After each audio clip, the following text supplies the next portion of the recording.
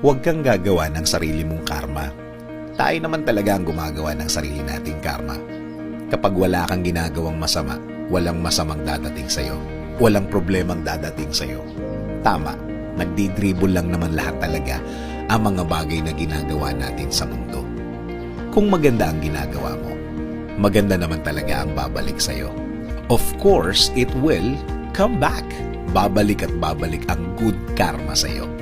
Kahit na ano pa ang sitwasyon mo, kahit ano pa ang kalagayan mo, babalik at babalik ang magandang ginawa mo. Mapa sa pamilya mo, kaibigan mo, kakilala mo, babalik at babalik yan. Ang mga good karma na ito ay nakalista, hindi mabubura.